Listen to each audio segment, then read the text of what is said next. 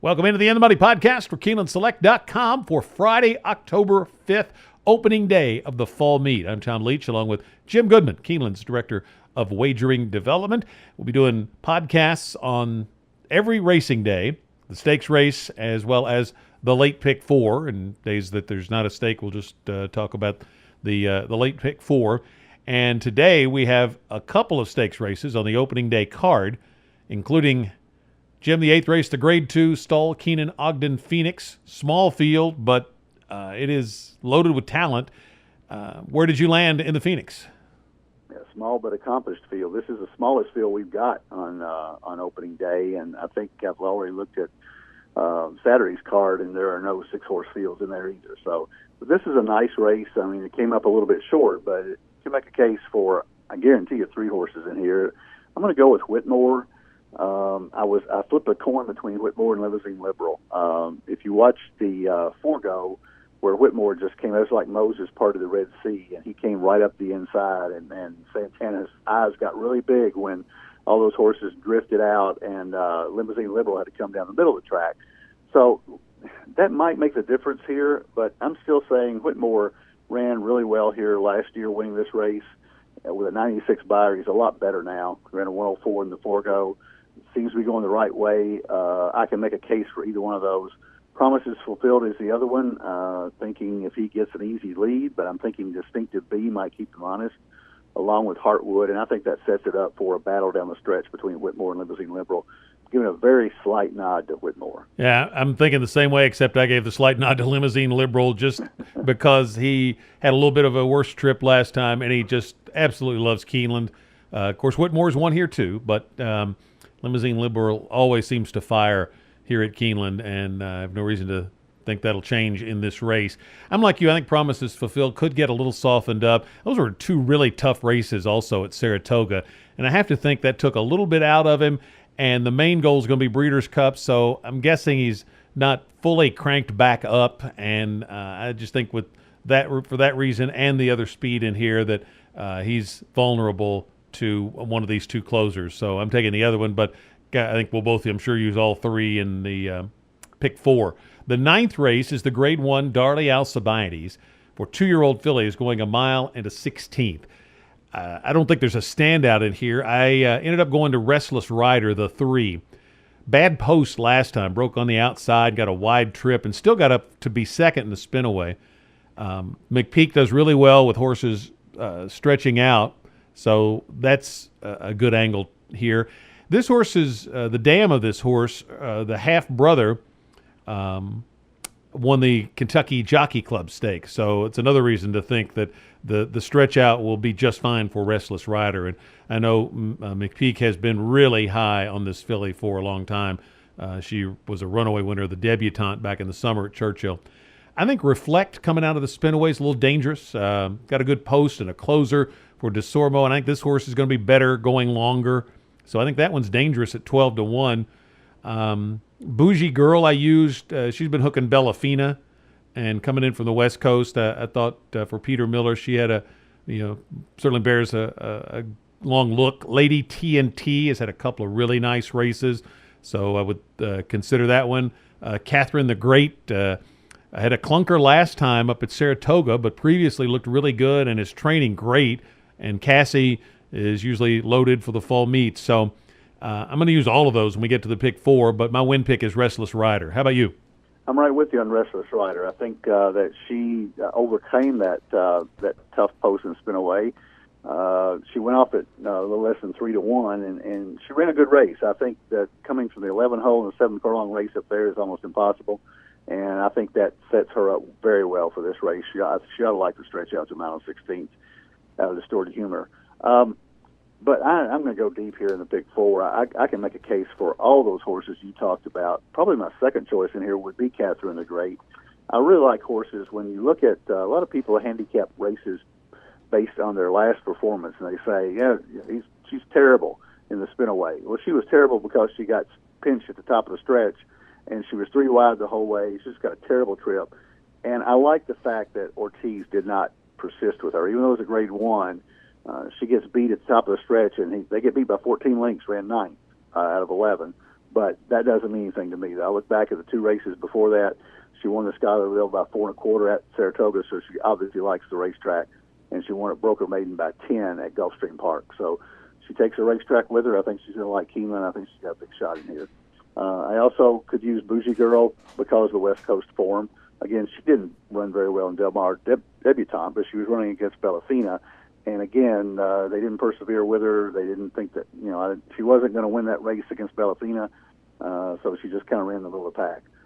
I can also make a case for Kim K, Reflect, Lady TNT, lots of horses. So I'm going to go deep in the pick 4, but Restless Rider is my win pick, so we do agree on that. Well, let's go to the pick 4. It starts in the 7th race with a non-winners of 2 other than going a mile on the turf, and finishes with 2-year-old fillies going a mile on the turf, sandwiching those 2 stakes races. So give me your ticket in the late pick 4.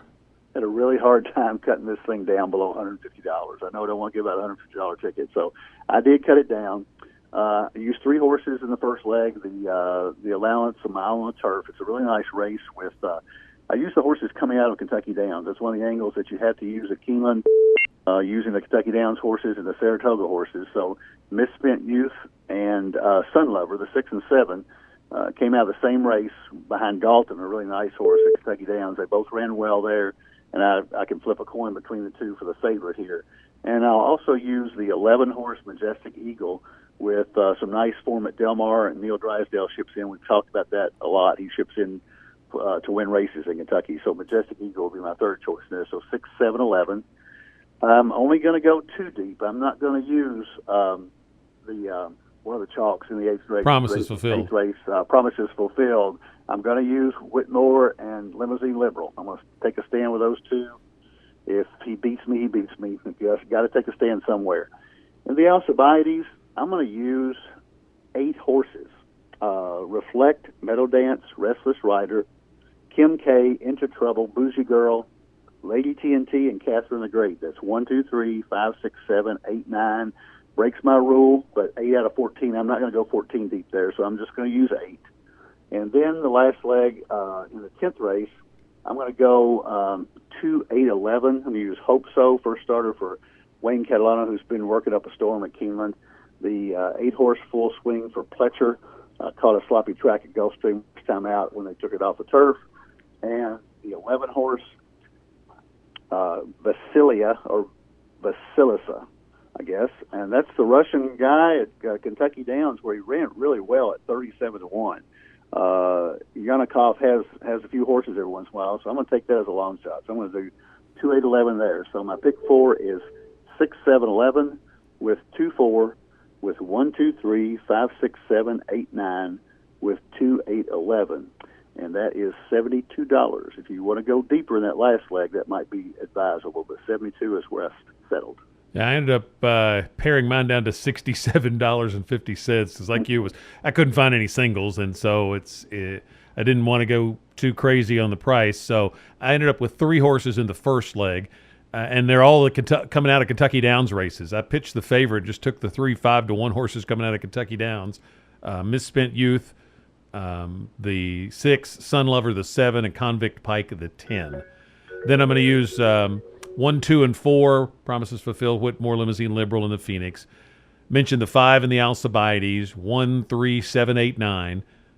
And then in the last leg, I like Full Swing. If you wanted to have a single, maybe you could. That would have been about as close as I could have gotten.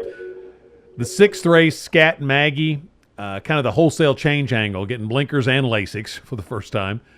And then the 7, who's actually my win pick in the race, Macabre, coming off a good effort at Kentucky Downs and working well. So 6, 7, and 8 there in the last race.